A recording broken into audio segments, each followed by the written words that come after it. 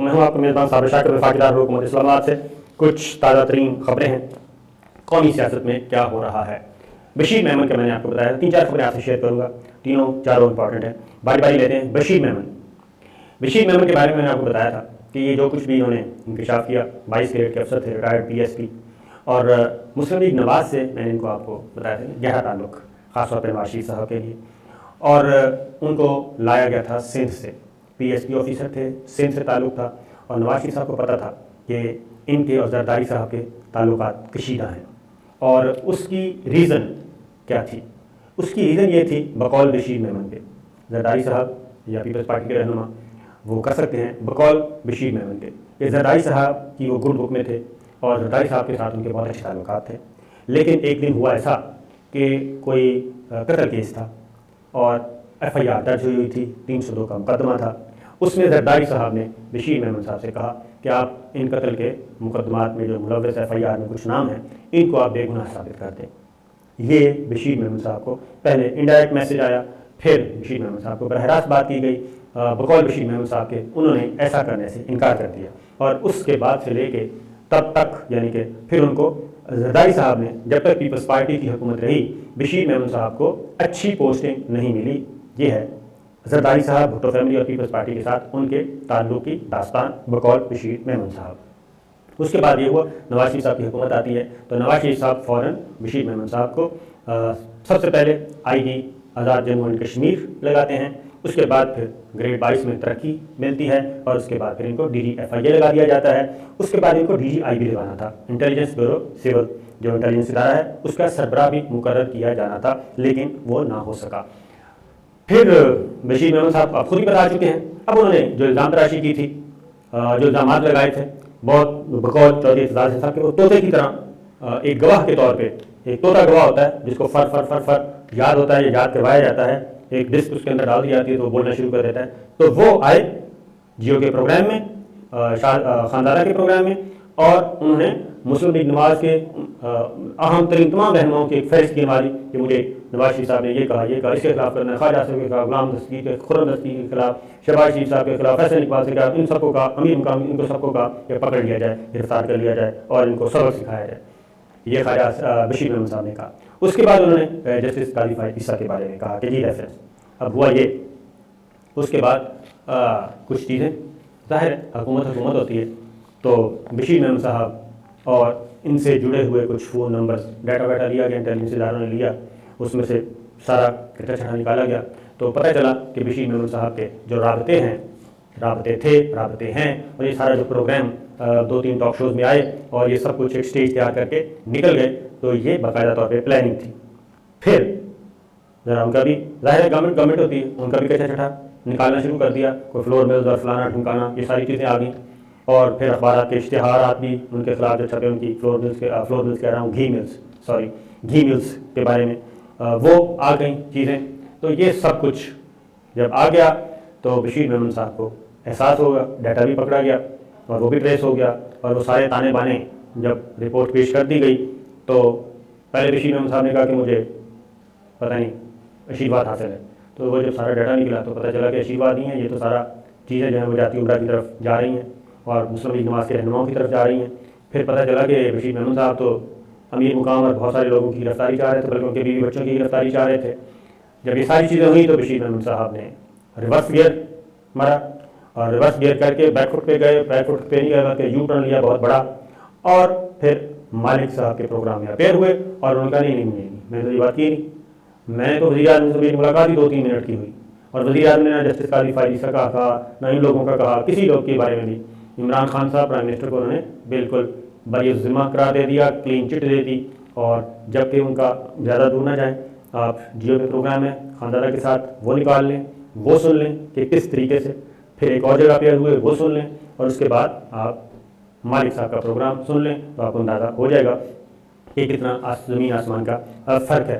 तो ये टांके जो हैं ये लगाए जाते हैं। बशीर मेमन साहब मैं समझता हूँ कि यूज़ हुए हैं, और उन्होंने यहाँ तक कह दिया कि मुस्लिम लीग नवाज भी मैं ज्वाइन कर सकता हूँ। यानी जो हमने आपको बताया था कि मुस्लिम लीग नवाज और शरीफ फैमिली के साथ उनका ताल्लुक़ है, तो ये वो नज़र आ रहा था। तो ओमनी ग्रुप, सारे अकाउंट्स का फेक अकाउंट्स का केस नवाज शरीफ साहब ने जो तैयार करवाया, वो इन्हीं के लिए। और अब पीपल्स पार्टी भी मैदान में आ गई और पता चला कि जो बशीर मेमन साहब कहते थे कि उनका है मामला, तो फिर वो निकल आया। अब ये तो यहीं छोड़ दें। उसके बाद अपोजिशन पीडीएम बना था अपोजिशन को, हुकूमत को फारिग करने के लिए, लेकिन हो क्या रहा है? हो ये रहा है 249 का इलेक्शन हुआ और वो मुस्लिम लीग नवाज ने ये तस्लीम नहीं किया इलेक्शन, पीपल्स पार्टी जीत गई और टीएलपी हार गई, मुस्तफ़ा कमाल साहब पीएसपी हार गई, एमकेएम हार गई, पाकिस्तान तहरीक इंसाफ हार गई, सारे हार गए और पीपल्स पार्टी जीत गई। लेकिन रिजल्ट मुस्तरद कर दिया मुस्लिम लीग नवाज ने और इलेक्शन कमीशन ऑफ पाकिस्तान बदस्तूर वही कुछ कर रहा है जो डिक्टेशन उनको मुस्लिम लीग नवाज की तरफ से मिलती है। जैसे शहबाज शरीफ साहब का स्टेटमेंट आया, इलेक्शन कमीशन ऑफ पाकिस्तान मुतहर्रिक हुआ, उन्होंने नतीजा भी रोक दिया और रिकाउंटिंग भी होगी। और अब मज़े की बात है कि मिफ्ता इस्माइल साहब खत लिख रहे हैं कि जनाब वो जो बैग हैं जिसमें वोट हैं, बैलेट पेपर्स हैं, वोट कास्ट हुआ है, वो पुलिस के हवाले नहीं होने चाहिए, वो रेंजर्स ऑफ अफवाज पाकिस्तान के हवाले होने चाहिए। तो मेरा ख्याल है कि इस बयानिए को मरीम बीबी खुद ही देखें कि मिफ्ता इस्माइल साहब क्यों ऐसा कर रहे हैं। क्या अफवाज पाकिस्तान पे मिफ्ता इस्माइल को एतमाद है जबकि मुस्लिम लीग नवाज की लीडरशिप को एतमाद नहीं है? अब वो फ़ौज को कह रहे हैं और अब फ़ौज इनको याद आ रही है। तो ये वो चीज़ है। अब इसमें हो क्या रहा है?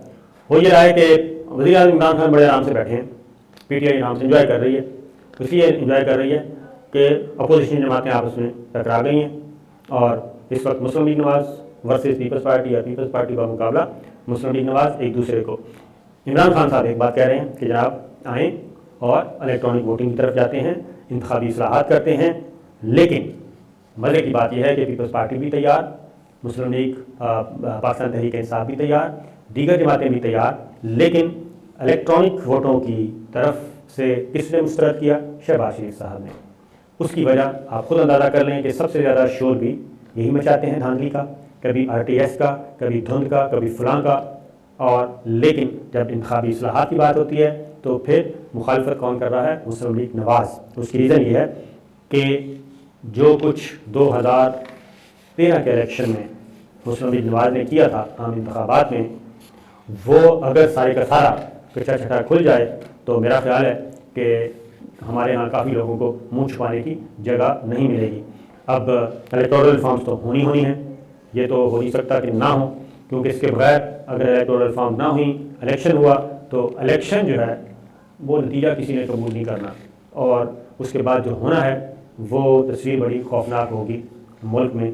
और ऐसी ना ही अगर अनरेस्ट हो तो ज़्यादा बेहतर है। फिर पीपल्स पार्टी अब आ गई है मैदान में और पीपल्स पार्टी ने भी अपनी भारी भरकम टीम उतार दिया 249 के लिए। और न सिर्फ ये बल्कि उन्होंने पीपल्स पार्टी एक हाथ आगे गई। उन्होंने कहा हमारा तो मुकाबला ही TLP से था, मुस्लिम लीग नवाज से तो था ही नहीं, इसलिए TLP से उनका मुकाबला था, वो उनको किसी भी सूरत में नहीं मान रहे। अब एक और ख़बर लेते हैं। तो इलेक्टोरल रिफॉर्म्स पे अब सब इकट्ठे होंगे और न सिर्फ होंगे बल्कि इसमें हो सकता है कि मुस्लिम लीग नवाज अगर इस पर एग्री ना हुई तो वो माइनस हो जाएगी। और इस वक्त पार्लियामान में ये मैं बता रहा हूँ कि इलेक्शन से पहले ये इलेक्टोरल रिफॉर्म्स होना ज़रूरी हैं। सिर्फ इलेक्टोरल रिफॉर्म्स नहीं बल्कि कॉन्स्टिट्यूशनल रिफॉर्म्स होंगी। बड़ा एक आइनी पैकेज आएगा और वो होगा और उसमें मुस्लिम लीग नवाज अगर शरीक हो गई तो वेल एंड गुड, अगर ना हुई तो इसके बगैर भी जो बाकी बचते हैं वो 2/3 मेजॉरिटी हासिल है, माइनस PMLN और JUI, बाकी ईवान में, कौमी असम्बली में भी और सेनेट में भी। अब आते हैं वज़ीर आज़म इमरान खान कोयटा गए और उस्मान बुज़दार वज़ीर आला पंजाब की तब्दीली की बातें चल रही थी, खैबर पख्तूनख्वा के वज़ीर आला की तब्दीली की बात चल रही थी। लेकिन सबसे ज़्यादा हालात ख़राब निकले बलूचिस्तान में और बलूचिस्तान के जाम कमाल साहब वज़ीर आला, उनकी वज़ारत आला ख़तरे में है। उससे पहले एक विकेट गिर चुकी है और वो है गवर्नर बलूचिस्तान की। गवर्नर बलूचिस्तान मुस्ताफ़ी होने जा रहे हैं और वहाँ से अब नए गवर्नर आएंगे। और बलूचिस्तान में हुआ यह है कि बलूचिस्तान अवामी पार्टी के अंदर भी इख्तिलाफ़ात शुरू हो गए हैं और बलूचिस्तान अवामी पार्टी के अंदर के अलावा भी जो PTI और दीगर इत्तेहादी जमातें हैं हुक्मरान जमात के साथ BAP की, वो भी जाम कमाल के बारे में मुतमईन नज़र नहीं आते। लिहाजा पार्लिमानी पार्टी से जो मुलाकात हुई थी वज़ीर आज़म इमरान खान की कोयटा में, तो उसमें जाम कमाल से वन-ऑन-वन मुलाकात भी हुई थी और सरदार जार मोहम्मद रिंद की सरबराही में 6 अरकान ने मुलाकात की थी और उसमें डिप्टी स्पीकर बलूचिस्तान भी शामिल थे। तो लिहाजा वहाँ पे भी एक गेम शुरू हो चुकी है। और इत्तलाआत ये हैं, स्पीकर कुद्दूस बेजेंजो जो हैं वो पहले ही वज़ीर आला जाम कमाल के ख़िलाफ़ मैदान में आ चुके हैं और वो नहीं चाहते। और जाम कमाल जो हैं, जाम कमाल कह रहा हूँ, कुद्दूस बेजेंजो दोबारा पहले भी वज़ीर आला रह चुके हैं जब सनाउल्लाह ज़हरी की छुट्टी हुई थी। तो अब फिर जो कुद्दूस बेजेंजो हैं वो मजबूत उम्मीदवार गिने जा रहे हैं। लेकिन ये बलूचिस्तान से शुरू होने वाली तब्दीली कहाँ तक जाएगी, ये सोचने की बात है। तो ये सिचुएशन चल रही है, सूरत हाल आपके सामने रखती है। और फिर फिरदौस शेकावान और असिस्टेंट कमिश्नर सियालकोट का मामला, असिस्टेंट कमिश्नर खातून के साथ फिरदौस शेकावान का हुआ फड्डा, बल्कि फिरदौस शेकावान का असिस्टेंट कमिश्नर फड्डा हुआ। और जो पीस सोशल मीडिया पे और जो रिकॉर्ड हुआ उसके अकॉर्डिंगली असिस्टेंट कमिश्नर खातून जो थी वो सिर्फ ये कह रही थी कि SOPs का ख्याल रखना चाहिए और इतना जमघटा हमारे साथ नहीं होना चाहिए। तो फिरदौस शेकावान आपको पता है दबंग किस्म की खातून है, वो फुटबॉल भी खेल लेती हैं, बॉक्सिंग भी खेल लेती हैं, वॉलीबॉल भी खेल लेती हैं, क्रिकेट में भी खेल महारत रखती हैं, वो टाइलें शाइलें भी तोड़ देती हैं, ईंटें भी तोड़ देती हैं।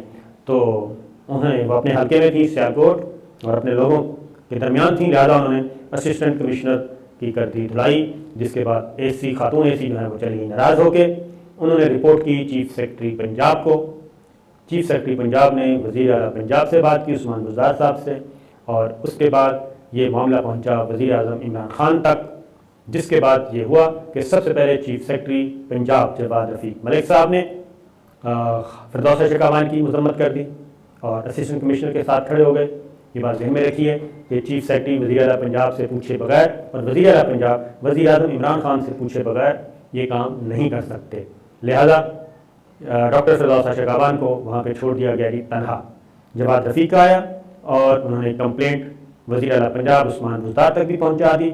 और फिर मरकज़ से वज़ीर आज़म इमरान खान के मुआविन ख़ुसूसी उस्मान डार मैदान में आए और उन्होंने एक बात की कि जनाब ये हमारी पॉलिसी नहीं है। यानी डॉक्टर फिरदौस शेकावान को इस्लामाबाद से भी यही पैगाम दिया गया कि वो असिस्टेंट कमिश्नर खातून असिस्टेंट कमिश्नर के साथ खड़े हैं, वो फिरदौस शेकावान के साथ नहीं खड़े। तो मामला अब यहाँ तक पहुँच चुका है और देखते हैं कि डॉक्टर फिरदौस शेकावान एक बार फिर ये जो क्रॉस फायरिंग हुई है इसमें कहीं वही ना फारिग हो जाएं। तो देखते हैं आने वाले दिनों में, क्योंकि मामला जो है वो गंभीर भी हो सकता है। जिस तरीके से उस्मान बुज़दार और चीफ सेक्रेटरी पंजाब मैदान में उतरे हैं तो लगता यही है कि वज़ीर आला पंजाब उस्मान बुज़दार भी नाराज़ और वज़ीर आज़म इमरान खान भी नाराज़। तो इंतज़ार कीजिए, देखते हैं क्या होता है।